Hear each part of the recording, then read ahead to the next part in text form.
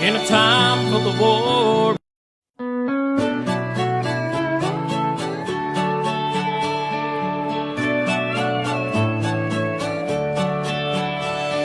In a time full of war, be peace. In a time full of doubt, just believe. Jesus is the light, let him shine through you and me. In a time full of doubt, just believe. In a world full of hate, be a light. When you do somebody wrong, make it right. Don't hide in the dark, you were born to shine. In a world full of hate, be a light. In a place that needs a change, make a difference. In a time full of noise, just listen. 'Cause life is but a breeze, better live it. In a place that needs a change, make a difference. In a world full of hate, be a light. When you do somebody wrong, make it right. Don't hide in the dark, you were born to shine. In a world full of hate, be a light.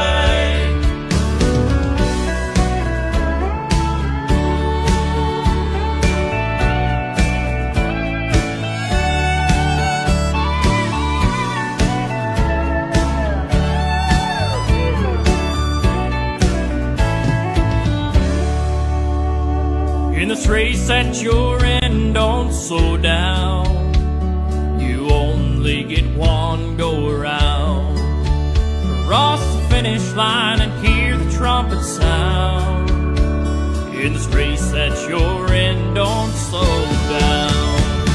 In a world full of hate, be a light. When you do somebody wrong, make it right. Don't hide in the dark, you were born to shine. In a world full of hate, be a light. Don't hide in the dark, you were born to shine. In a world full of hate, be a light. In a world full of hate, be a light.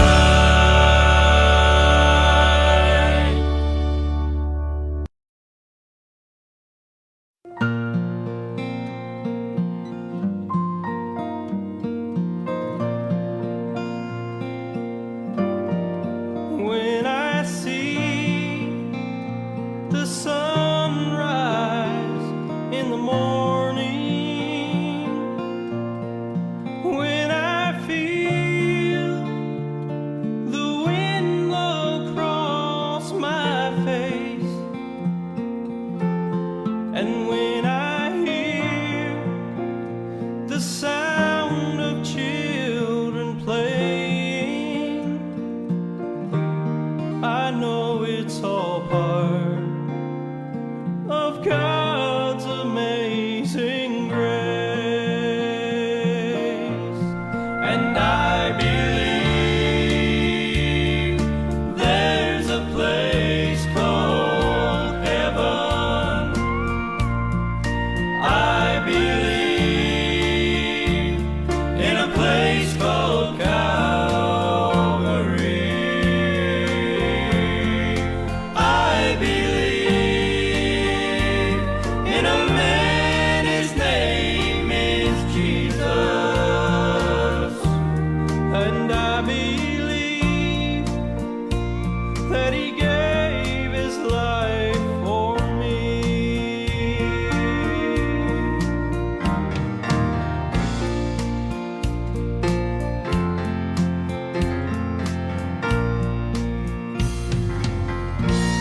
Oh, I was there the day my mama went to heaven. I held her hand as she closed her eyes to sleep, and I felt the power of 10,000 angels take her soul away to be crowned at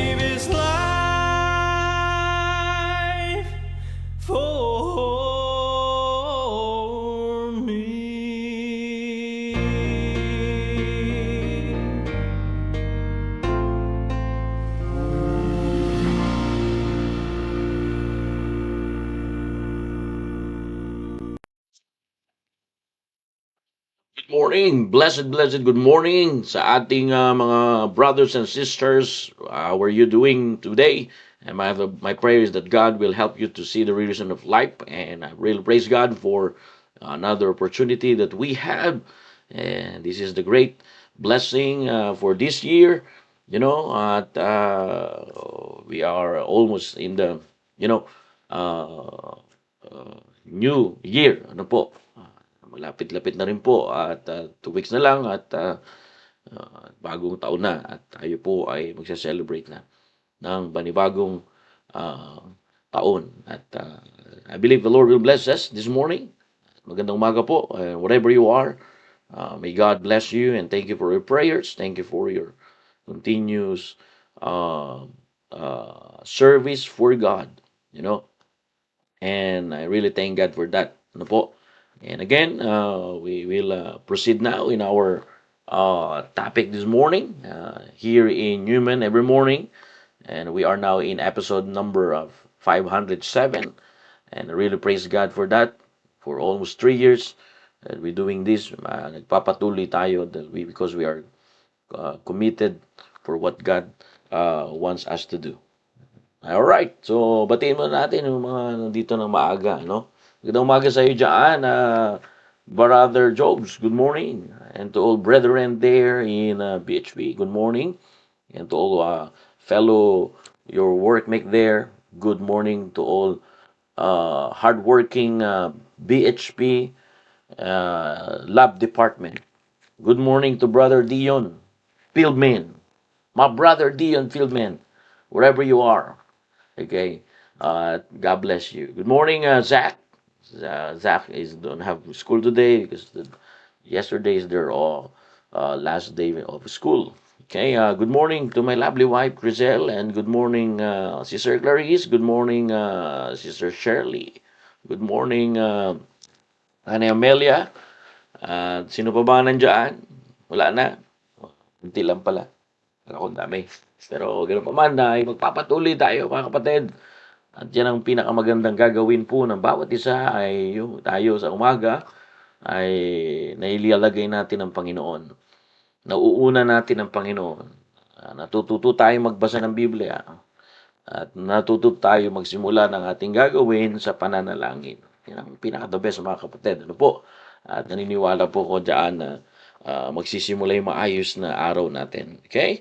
So I hope we're excited. Then again, we talk about developing a strong faith. That's what we really need, brethren. Developing strong faith. That's why we have Bible program so we can start our day reading the Word of God, start our day with prayer, and start our day with right prayer. What I mean, why? Because right prayer, brethren, start a right spirit.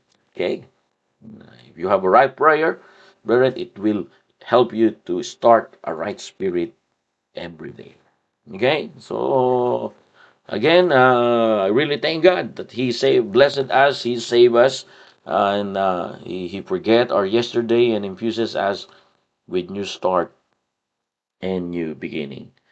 Let's talk about this, and hopefully next time we will move to another chapter of Second Samuel, and I believe the Lord will continue to remind us I do believe that the Lord will continue to teach us and letting us know about His purpose in our lives through hearing and listening and learning, applying the Word of God. The Bible says, okay, punta na po tayo rito. Diyan na po ba kayo? All right. Second Samuel chapter number 21 verse 1. Same pa rin. For this week, we talk about this. Same verse, same chapter. Bible says, then there was a famine in the days of David. Po, 3 years, year after, and David inquired of the Lord. So I like that. You need to notice that word. That's very important. And the Bible says, and the Lord answered. Okay? It is for Saul and for his bloody house, because he slew the Gibeonites. Verse 2, the king called the Gibeonites and said unto them, now the Gibeonites were not of the children of Israel, but of the remnant of the Amorites. And the children of Israel sworn unto them, and Saul sought to slay them in his seal to the children of Israel. Verse 3, wherefore David, okay, Bible says, said unto Gibeonites, what shall I do for you? And wherewith shall I make an atonement? So notice that verse number 3. David said, what shall I do for you? Okay? Let us pray first. Tayo muna ay manalangin. At tayo muna ay yumuko at lumapit sa Panginoon. Dakilang Diyos na makapangyarihan sa lahat. Salamat po ngayong umaga na kami po ay binigyan niyo po ng kalakasan. At I pray, O God, na patuloy po kayong magbigay sa amin ng karunungan and bless your people this morning as we continue to serve you, as we continue to receive instruction from you. And pray, O God, that give us teachable and humble heart and servant heart this morning. Holy Spirit of God, I pray, guide us in all truth. Please give us understanding to understand thy words. Because without you, O God, we're just good for nothing. Help us, O God. And thank you for what you have done and what you're doing in our lives. Forgive us in our sins. This is our prayer in Jesus' name. Amen and amen. All right. Good morning again to all brethren. So ngayong umaga, makikita po natin muli yung ating napag-uusapan last time, this morning. Let's continue to understand this. All right. Some of you already understand that. So, small compromise, okay, leads to big consequence. Okay. So don't ignore compromises. That's what we talk about for how many days now.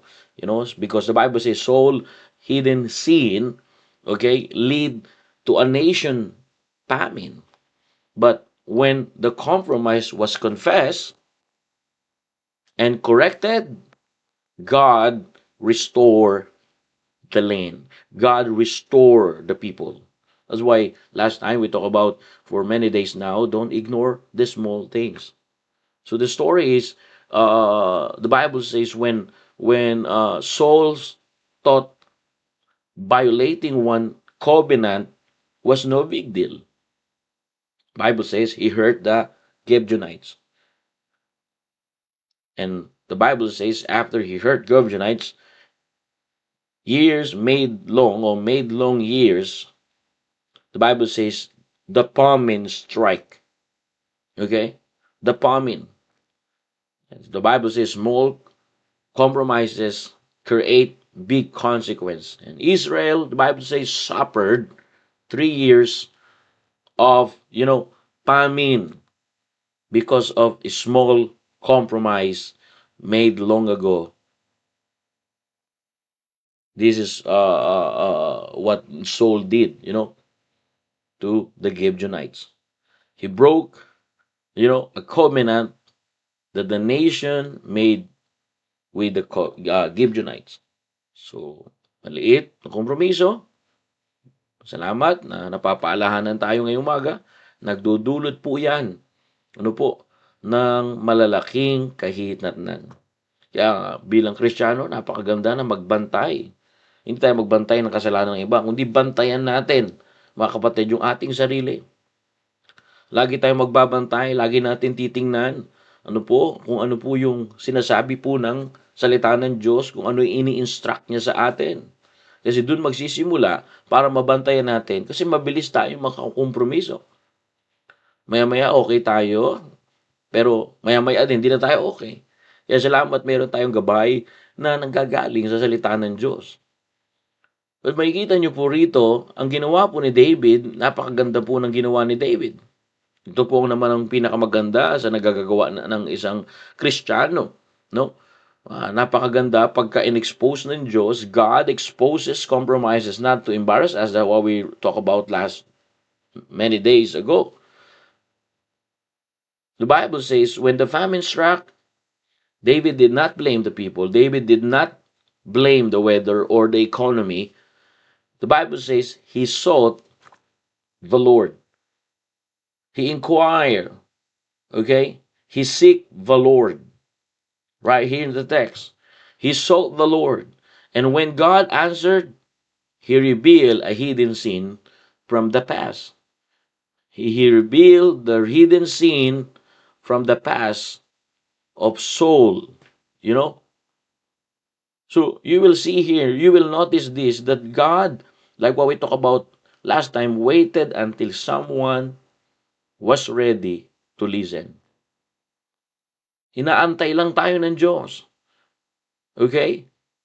Pansinin po natin yan, nagpahayag ang Diyos, at sabi ng Biblia, nang may handang makinig, ang pagpapahayag ng Diyos ay paglalantad din ng kanyang biyaya sa buhay natin. Kaya nga, pagkapatuloy natin, sinisik ang ating relasyon sa Diyos, mas mache-check natin yung relasyon natin sa Diyos. Remember what the Lord Jesus Christ says. Seek our relationship to the Father. Bible says in Matthew chapter number 6, verse number 9, after this manner, therefore, pray ye. If you want to seek your relationship to God, pray ye. Pray ye, our Father, which art in heaven, hallowed be thy name. So Jesus told us to look our relationship to Father first. Jesus told us to seek our true Father, and Jesus told us to seek your real Father. Seek your relationship to Father. Either amen? Let me tell you, brethren, when you seek your Father, you seek a relationship to your Father, the Bible says, you will understand that you will recognizing and fixing your relationship to your real Father and true Father. But Jesus said, after this manner, therefore pray ye, our Father. The word "our" there talk about the community of faith. So it is important to seek our relationship to Father. Either amen. It's all about parental concern of Father to you. Because the Bible says we are belong to His kingdom. We are belong to His family. The Father that we believe is the God of the Bible, the God the Father. And we pray because we are belong to His kingdom. Jesus said, after this manner, therefore pray ye, our Father, which art in heaven. Always seek our relationship to the Father. Maaga pa lang, magsisimula ka, seek mo na kaagad yung relasyon mo sa Ama natin sa langit. Di ba napakaganda po niyan? Nandiyan na po ba kayo? Amen? Hello? Because our Father is not only here in earth. Our Father is, the owner of the all heavens and heavens and the thrones of heavens. Either amen? That's why we always recognize our relationship to the Father. Seek our relationship to the Father. Either amen? I'm a child, He is my Father.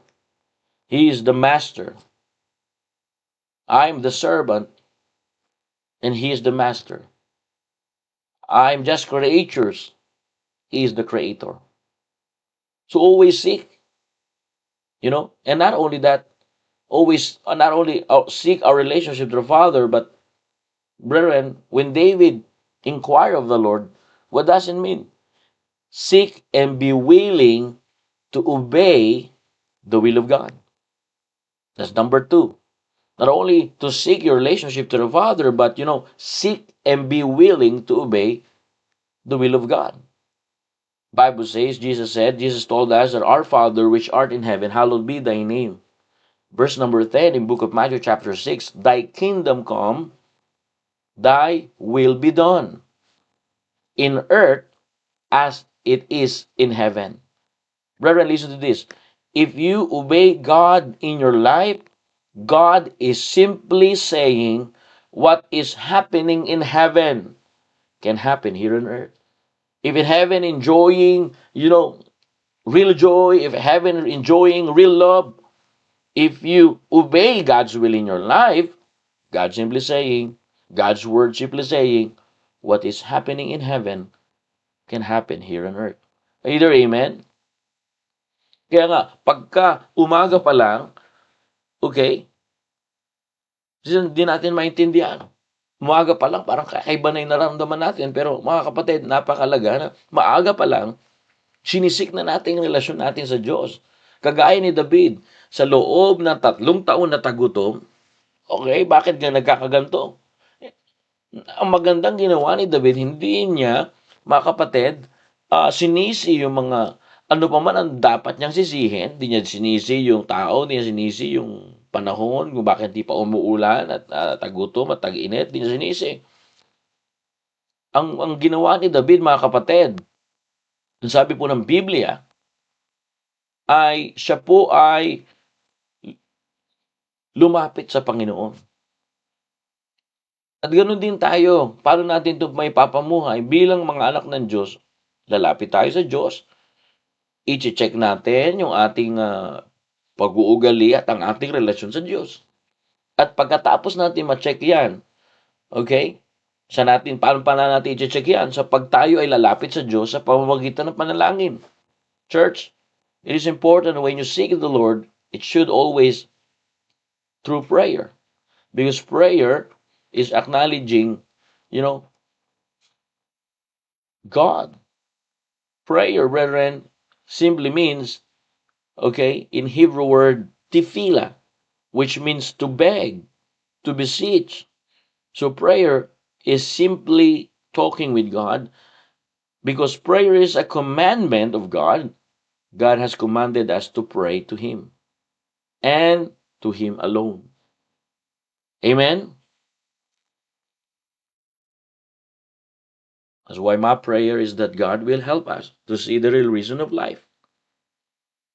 Ganyan dapat, mga kapatid, malaman natin kung anong rason, kung bakit tayo nananatiling buhay at patuloy na binubuhay ng Panginoon. Walang aksidente. Tayo naniniwala sa aksidente. Hindi tayo naniniwala sa lucky charm. Hindi tayo naniniwala dyan. Naniniwala tayo sa kalooban ng Diyos. That's why it is important, not only, number one, to seek our relationship to the Father. Jesus told us to look our relationship to the Father. Our real Father, our true Father, because we are belong to His kingdom. But Jesus told us also in the book of Matthew that, seek and be willing to obey the will of God in our lives. Brother Daniel, how can I know the will of God in our lives? You can understand the will of God in your lives if you listen in the Word of God. In the Word of God, there is the will of God. God revealed the problem to David, and the Bible says He can answer the prayer. Inahayag ng Diyos ang problema.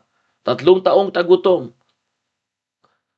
Na ang problema ay hindi si David, kundi yung problema ang nagawa ni Saul noong unang panahon pa. Pero sumagot ang Diyos. Right here in the text in 2 Samuel, the same principles. David seek his relationship to the Lord. And then the Bible says, he seek and be willing to obey the will of God in his life. The Bible says, David inquired of the Lord, and the Lord answered it. In verse number 2, David willing to obey the will of God. And the king called the Gibeonites and said unto them, what shall I do for you? When David asked the Lord about the famine, God did not remain silent. He revealed the hidden issue behind the crisis for one reason, so that you and me learn to be willing to obey His will in our lives. Ang katanungan, tayo po ba ay merong willingness na sumunod sa kalooban talaga ng Diyos? Sabi natin, babalik na tayo sa Panginoon. Sabi natin, tayo magsisimula na maglingkod sa Panginoon. May willingness na tayo, pero kung hindi pa rin tayo susunod sa Panginoon, lahat ng mga plano natin, lahat ng hindi okay, nagpaplano ka, pero hanggat hindi mo sinisimulan yan, wala ka matatapos. Narinig na po ba kayo? Sometimes we want God to fix the problem, but God wants to fix the root. When the root is healed, the fruit changes. Did you get that, brethren? And the same problem we need to fix. You have willingness, but if you don't start now to obey the will of God in your life, the same problem what David received. He waited for 3 years of lack of food, lack of rain, lack of water, famine. Kaya nga, kaganda makikita po natin, minsan gusto natin ayusin ng Diyos ang bunga, pero nais niyang ayusin ang ugat. Kapag gumaling ang ugat, nagbabago ang bunga. Marami sa atin magagaling magtanim, di po ba? Pagka nagtanim kayo dyan, lagi nyo gustong diligan. At minsan tinatanong nyo, ba't wala pa tong bunga tong tinanim kong sili? Bakit wala pa tong bunga itong tinanim kong kamatis? Maganda yun na may tanim ka rin sa likod ng bahay ninyo, no? Para po, pagka gusto magluto, pipitas ka na lang doon, ano? Pipitas ka na lang doon ng mga bunga ng sili, bunga ng kamatis. Di ko kayo pinalulungkot, mga kapatid, bagamat gusto nyo na po umuwi sa Pilipinas at balikan yung mga tinanim nyo doon. Pwede ka naman magtanim sa likod ng bahay mo rito. Pero ang ibig sabihin ko, mga kapatid, minsan gusto natin ayusin ng Diyos ang bunga, pero wala naman tayong pagsunod sa kalooban ng Diyos. Minsan gusto natin ayusin ng Diyos ang bunga, pero nais niyang ayusin yung ugat ng problema. Kasi kapag gumaling na ang ugat, ay naniniwala po ako na nagbabago ang bunga. Nang tanungin ni David ang Panginoon, chinik niya yung relationship niya sa Panginoon, at pangalawa, nagkaroon siya ng magandang pakikipag-usap sa Panginoon, nagkaroon siya ng maayos na kalooban sa Diyos. Nung tanungin niya ang Panginoon tungkol sa tagutom, salamat naman sa Panginoon, hindi na nahimik ang Pang-Diyos. Hindi na nahimik ang Panginoon. Hiniyag niya, mga kapatid, ang nakatagong dahilan ng problema. Nauna ang paghahayag. At sabi ng Biblia, sumunod ang lingkod ng Diyos na si David. Kaya mga kapatid, sumasagot ang Diyos sa panalangin, hindi lamang sa pagbabago ng sitwasyon, kundi sa paghahayag ng dapat itama. And brethren, it is important this morning to really understand that. David asked the Lord about the famine. God did not remain silent according to the word of God. He revealed the hidden issue. He revealed the hidden root behind the famine, behind the crisis, behind the problem. And revelation came first, then restoration followed.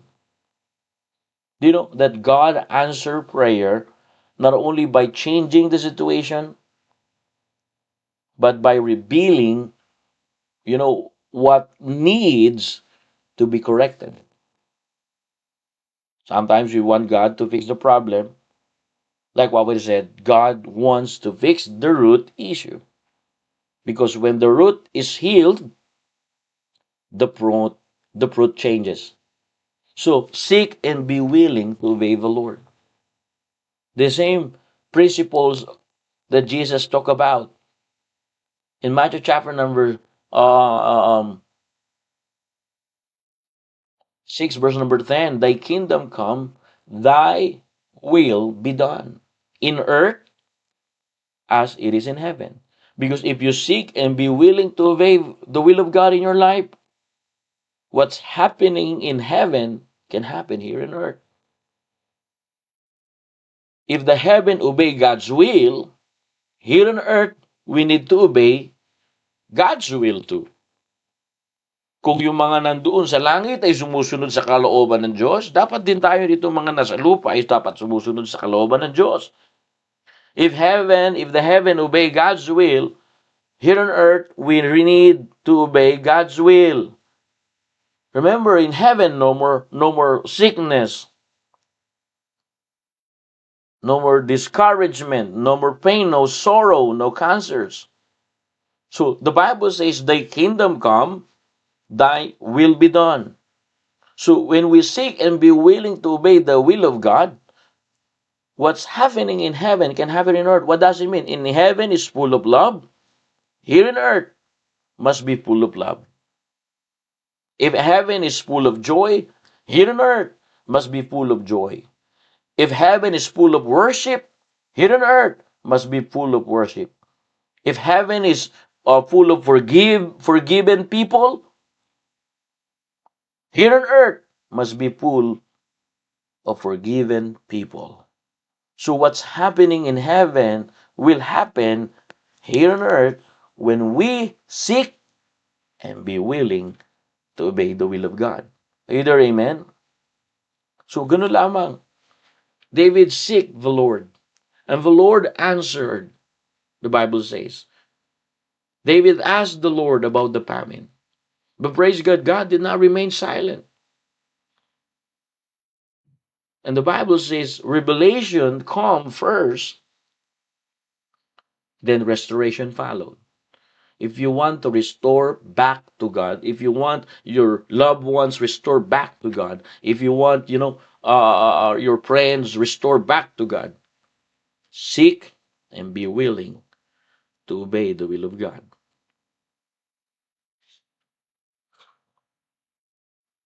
Because in heaven, those the love is reigning. And if you seek God and be willing to obey the will of God, you experience heaven while you are here on earth. You experience the love of God here on earth. God will give you wisdom here on earth. God will give you knowledge and extra strength here on earth. God will give you wisdom to encourage your family members to have and keep the love of God in your life. Either amen? David inquired of the Lord. David asked the Lord about the famine.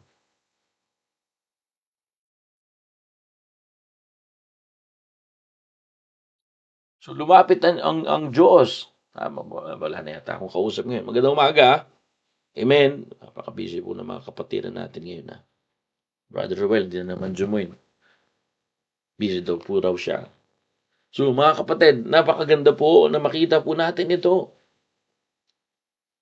God will give you wisdom if you seek the will of God in your life.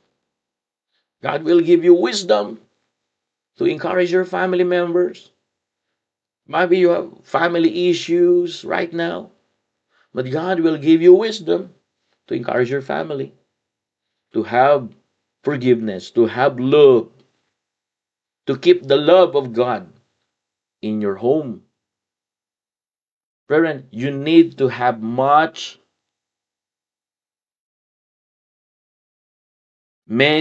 to experience the full in love of God. And it will happen. What David did when Israel suffered because of famine, David asked the Lord about the famine. He seek the Lord. He seek his relationship to the Lord. And not only that, he seek and he is willing to obey the will of the Lord. Brethren, you need to have thousands of dollars, but if you don't have love of God in your life, everything is nothing. Just only $10.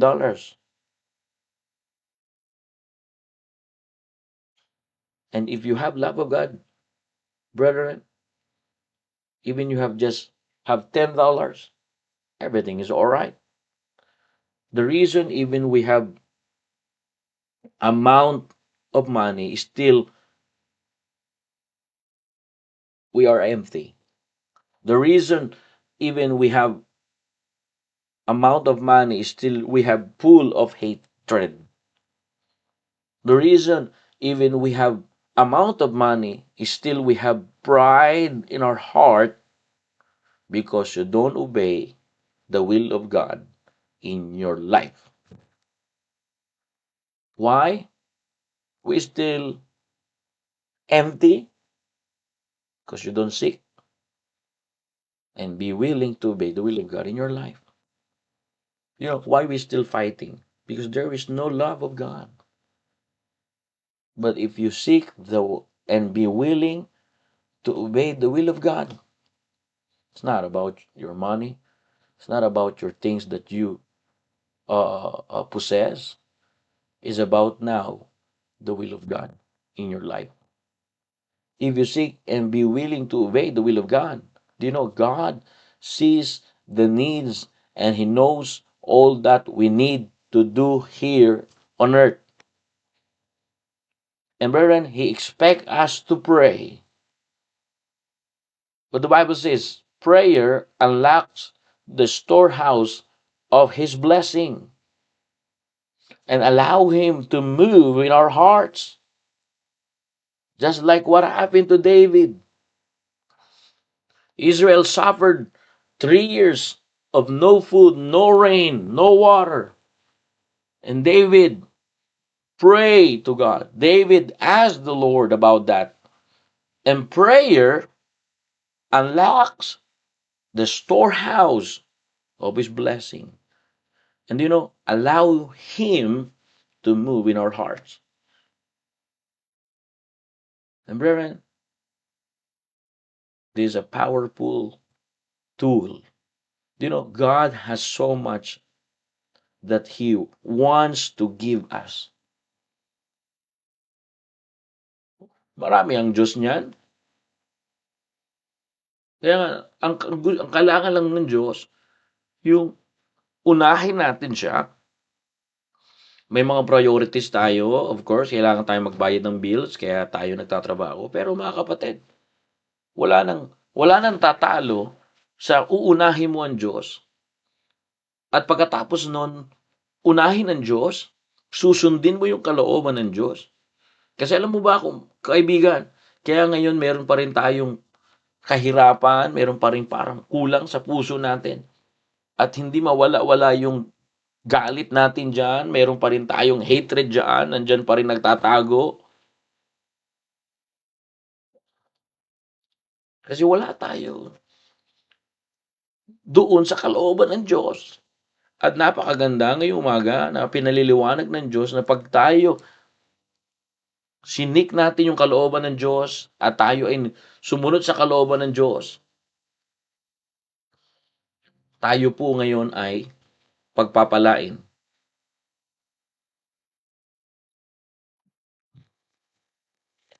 Nakukuha niyo po ba mga kapatid? Either amen?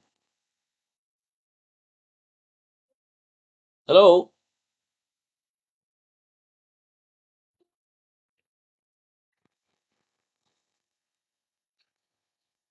And when David prayer unlocks the storehouse of his blessing. Alam nyo, napakaganda talaga niyan mga kapatid.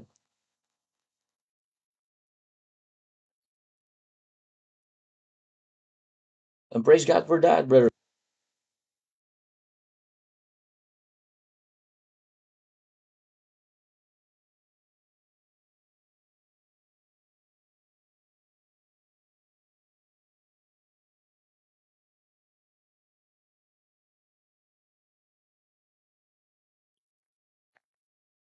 When David prayer unlocks the storehouse of his blessings.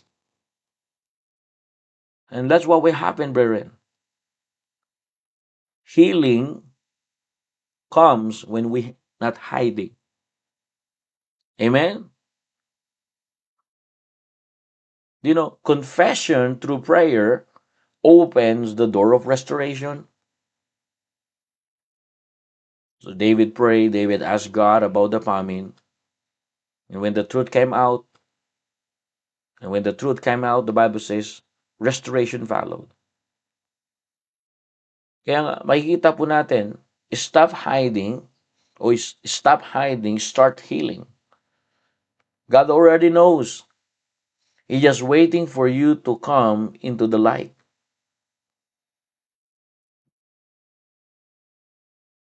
God, again, has so much that He wants to give us. But if we do not ask, He will never have it. You will never have it, brethren.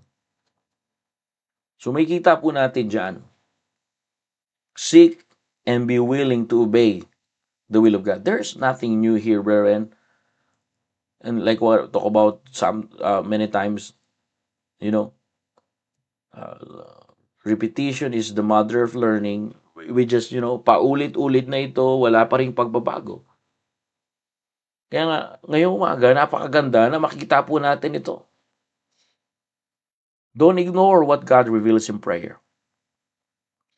Obedience turns revelation into answered prayer. Bible says, and David answered, and David inquired of the Lord, and the Lord answered. So obedience turned revelation into answered prayer. Do you know that God answers when we respond rightly to what He shows us? Don't ignore what God reveals in prayer. Huwag baliwalain ang mga kapatid na ipinakikita ng Diyos sa panalangin.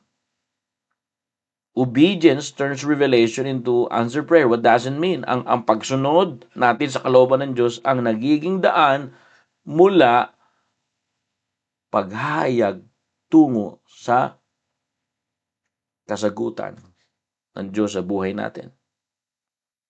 Alam naman natin ito, sumasagot ang Diyos kapag tama ang ating tugon sa Kanyang ipinakikita. Ipinakikita na sa iyo ang Diyos, may tinuturo na sa atin ang Diyos. Sabi ng Panginoon, may nagugutom kayo, 3 taon na kayo nagkakaproblema, so may pinakikita ang Diyos. Tama po ba? May pinakikita sa atin ang Diyos. Kung merong pinakikita ang Diyos, hindi yan para ipahiya ka o pahirapan ka. Pinakikita ng Diyos yan, mga kapatid. At huwag mong baliwalain. Isik mo ang relasyon mo sa Diyos, ay paayos mo ang relasyon mo sa Diyos. Tapos, pangalawa, isik mo at magkaroon ka ng willingness na sumunod.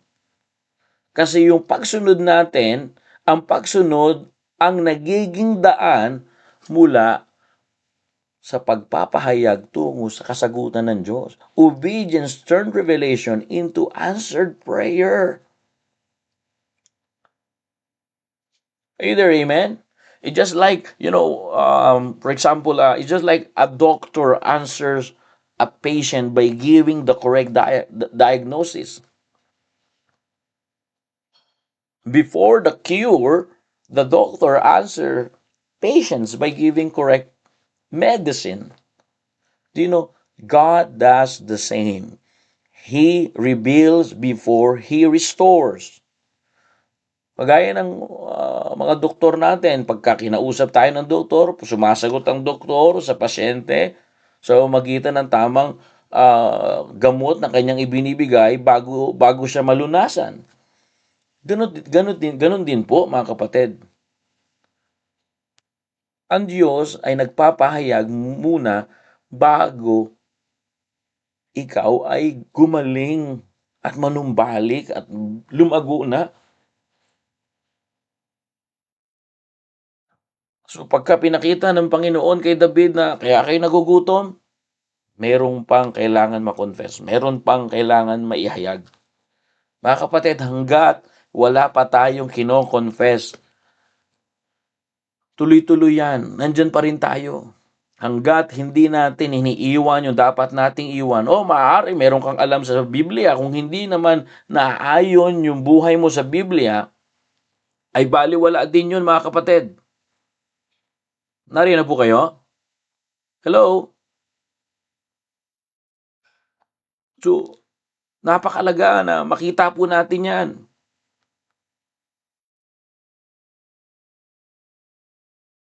Pagka nabubuhay pa rin tayo, at yung buhay natin ay malayo sa ating binabasa, abay, nakakalungkot yun, mga kapatid. Listen to this. Stop defining yourself by past mistake.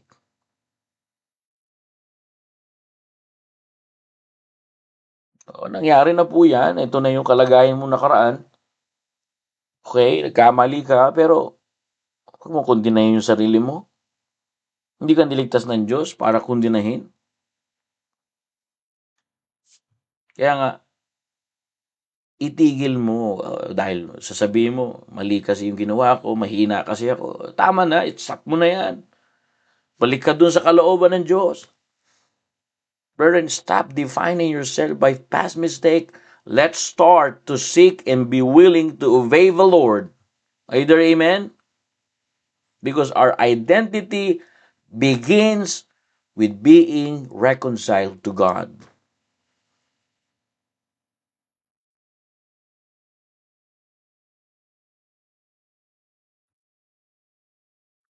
Kaya nga, napakaganda na mapapaalalahanan po tayo.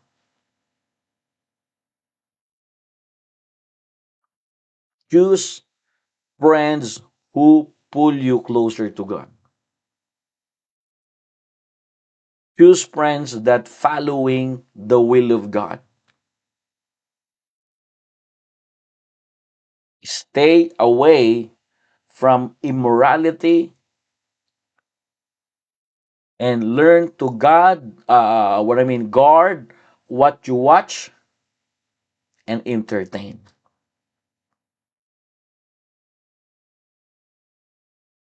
Pipili ka rin. Sa pagsunod mo sa Panginoon, pipili ka rin ng mga kasama mo sa Panginoon. Narin na po kayo? Dapat may piliin ka rin na kasama, palapit sa Panginoon, hindi palayo. Choose friends who pull you closer to God. Choose friends to help you to recover. Choose friends, brethren, to make you stronger in your faith. Are you there, amen?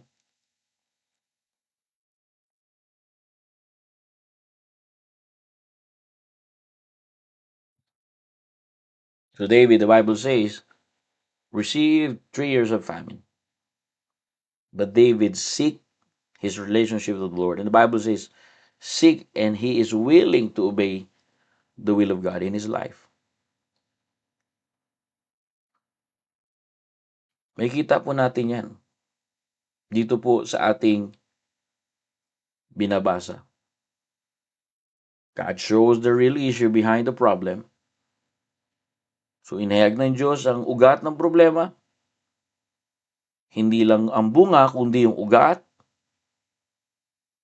Okay? And not only that, healing starts when truth is revealed. So it is important. Prayer is answered when we respond correctly. Amen? So God answered, the Bible says. God answers after repentance, confessions, and repentance, by the way, opens the door to blessing. Pintuan na yan. Makakalaya ka na sa pag-aalipin ng alak. Makakalaya ka na sa pag-aalipin ng sama ng loob. Makakalaya ka na sa pag-aalipin sa pagiging babaero mo. Makakalaya ka na sa alipin ng kasalanan.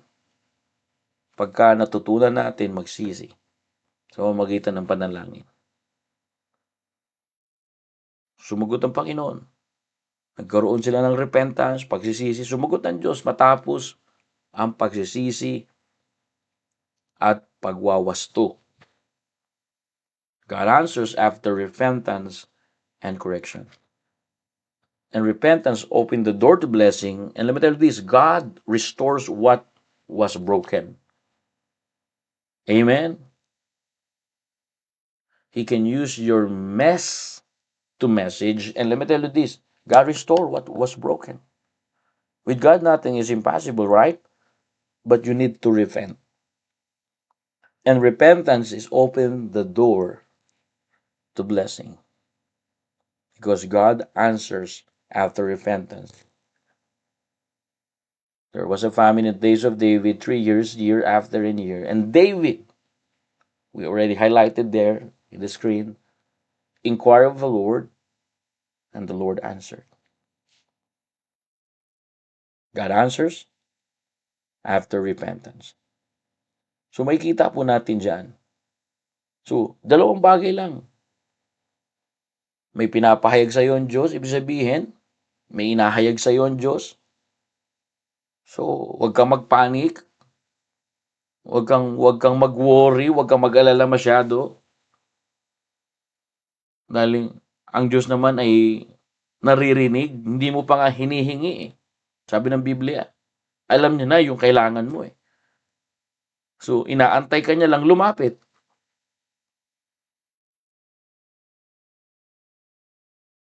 We talk about so many times here that prayer invites God's response. Nakikinig ang Diyos kapag tayo ay nananalangin. Huwag niyong kakalimutan yan. But God reveals something first. God reveals and answers our prayer. Because revelation comes before restoration. Are you there, amen? So, makikita po natin. So, pagka sinunod natin yung kalooban ng Diyos, pagka sumusunod tayo sa kalooban ng Diyos, sinik natin yung maayos natin relasyon sa Diyos, pinapaayos natin relasyon natin sa Diyos, wala tayong magiging problema. So, dalawang bagay mga kapatid, kaya tayo nagkakaproblema. Hindi natin sinisik ang relasyon natin sa Diyos. Pangalawa, wala tayong willingness na sumunod sa kalooban ng Diyos. Pero kung pagsisisihan natin yan, diyan tayo magsisimulang gumaling.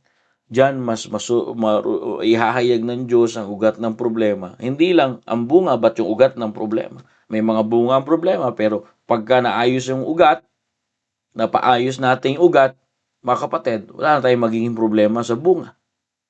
Kasi sumasagot ang Diyos kapag tama ang ating tugon sa Kanyang ipinakikita. May pinakikita sa iyo ang Diyos. Sometimes we want God to fix the problem. Like I said, God wants to fix the root first. Because when the root is healed, the fruit changes. Yan po yan. Kaya nga minsan gusto natin ayusin ng Diyos ang ating problema o bunga ng problema, pero nais niyang ayusin muna ang ugat ng problema kasi pagka naggumaling yon, yung ugat ng problema, nagbabago ang bunga. Yan napakaganda, di po ba? So, ganun po yan. Ito pong buhay na narinig natin ngayon sa buhay ni David, natututunan natin sa buhay niya. Pwede natin ito ipamuhay. Minsan, may naririnig tayo pero parang binabaliwala natin. Pero ngayong umaga, bago tayo mag-move on, mamimiss ko to itong chapter na to. I'm gonna miss this chapter 21 of 2 Samuel before we move to another chapter. Let me tell you this. Don't ignore a small compromise. Amen? Let me say again. Don't ignore small compromise. David confessed and acted righteously. Ano sabi ng Biblia? Pinakita ng Diyos ang nakatagong kasalanan, nang aminin at ayusin ni David ang mali, inalis ng Diyos ang tagutom. Kaya nga, healing happens when we stop hiding. God lifts the famine when the people of Israel turn and back to God. After God exposes compromise, God lift the famine when they learn to obey or to have willingness to obey the will of God. This morning, we are blessed life. Meron tayong pinagpalang buhay. You see, you cannot have peace with sin in your heart. You cannot pray for blessing, brethren, while holding on the compromise. Right here in chapter 21, verse 1, God stopped the famine when we stop compromise. Small compromises block God's blessing. Let's deal with. Kaya nga, pagka na-deal na natin ito, paano natin po ito i-deal? How we deal it? Seek our relationship first to Father God. That's what Jesus said. Recognize your relationship to the Father first. Examine. Check if you have a relationship to your Father. Our Father which art in heaven. And then God said, all right, I'm gonna lift the famine. I'm gonna stop the famine when you stop compromising. Let's deal with, brethren, how we can deal it. Not only seek our relationship and check our relationship to our Father, but seek and be willing to obey the will of the Father. Jesus said, thy kingdom come, thy will be done in earth as it is in heaven. God simply saying, all right, no famine now. I'm going to stop the famine. But learn to seek and be willing to obey His will. Brethren, I'm done. And I really praise God that we learned something here. Stay faithful in prayer. Stay faithful in our church. Stay faithful in your walk with God. Today, God is not asking you to understand everything. But today, He is not asking you to feel strong. Today, He is only asking you to stay faithful and be willing to obey His will in your life. Hindi hinihiling ng Diyos na maintindihan mo yung hindi mo maintindihan sa ngayon. Hindi niya hinihiling, mga kapatid, na palagi kang maging malakas. Isang bagay lang ang sinasabi ng Biblia ngayong umaga. Manatili kang tapat. Manatili kang tapat sa panalangin mo. Manatili kang tapat sa iyong lakad kasama ang Diyos. Manatili ka sa pagsisilbi mo sa gawain ng Panginoon. Kahit basag ang iyong puso, kahit malungkot ka ngayon. This morning, if you are hurting today, I encourage you. Seek and be willing to obey the will of God. If your heart is broken today, seek and be willing to obey the will of God. God is not looking for a strong people. He is looking for a faithful people. Stop hurting yourself and then don't ignore a small compromise. Don't ignore a small compromise. And I guarantee you what the Bible says, and the Lord answered. I hope it helped us, mga kapatid. Sana po ay natulungan po tayo nito at nabigyan tayo ng paalala. Yan naman po ang trabaho ng araw-araw nating pagbabasa at pag-aaral ng salita ng Diyos. Yung mapaalalahanan tayo. Napakabuti ng Diyos sa buhay natin. Mas makikita at mas mauunawaan natin kabutihan ng Diyos kapag tayo ay nanatili at lagi natin inuuna siya. Unahin mo ang Diyos. Unahin natin ang Diyos. Naniniwala ako na pagka inuna mo ang Diyos, wala kang problema. Wala kang problema. What I mean is, may problema ka pero ang kagandahan kasama mo ang Diyos. Nung sinabi ng Panginoon sa mga disipulo, tatawid sila sa Sea of Galilee at mayroong alam na ng Diyos na may bagyo. Pero kahit nasa bagyo sila, nandun, kasama nila ang Panginoon.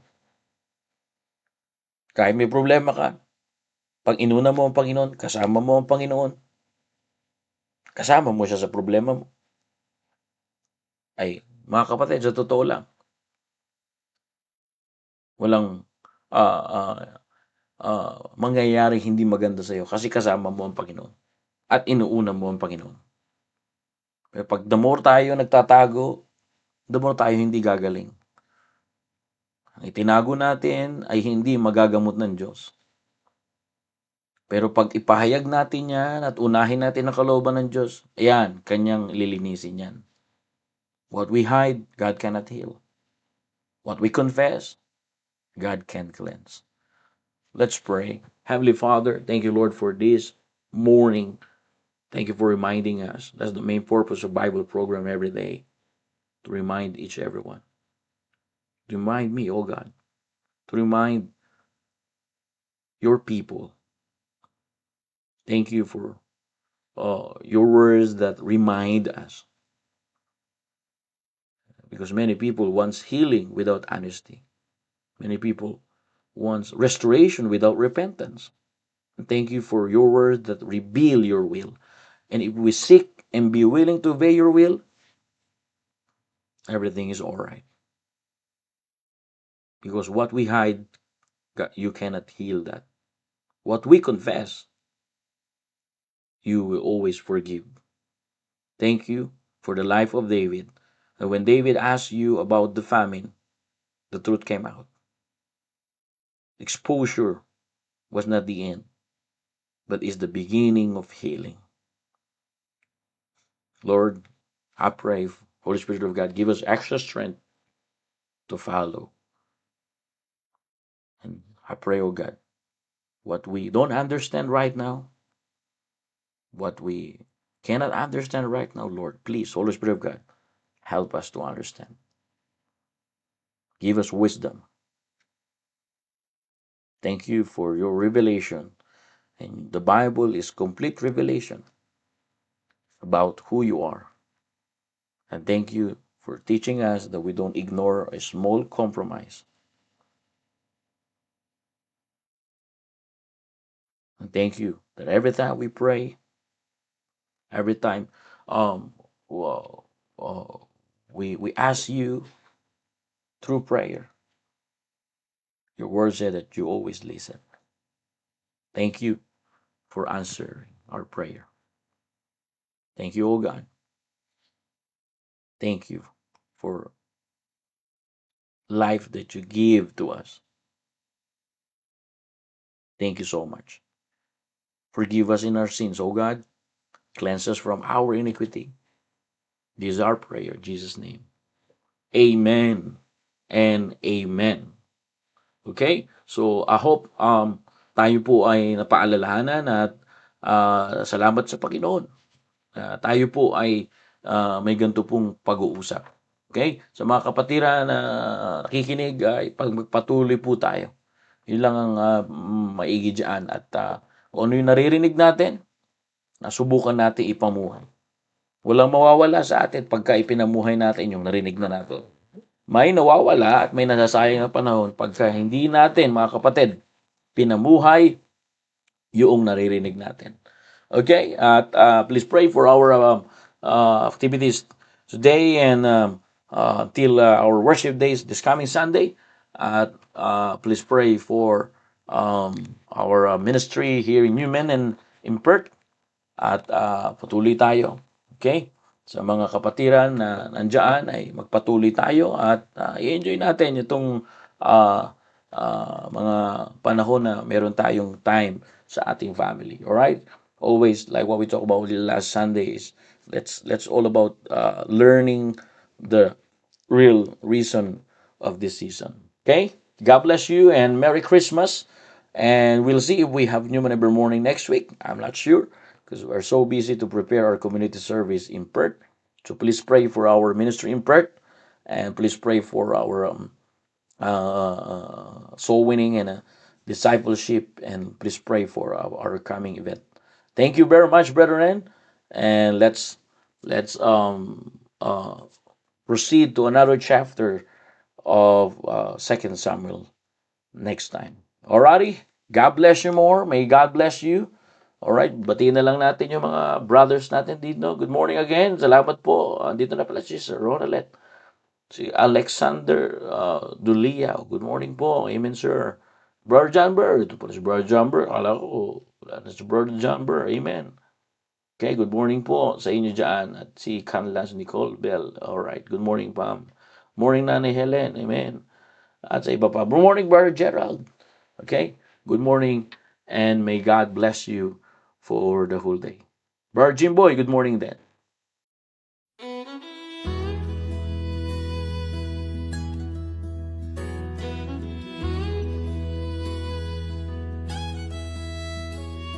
The preacher got up and said, "Stand to your feet. We'll start with a prayer. If you have a need, let it be heard, saints, let it be known. We're all a family, you're not alone." And that's when he saw her at the back of the church. Her silence and sadness cried out to her. The kind shepherd knew just what to say. "I need to know before we pray." An unspoken request. Does anybody have one here tonight? Did you come with a burden you can share? A need in your life? Just lift up your hand to the one who can give you rest. Child, have no fear, our God can hear an unspoken request.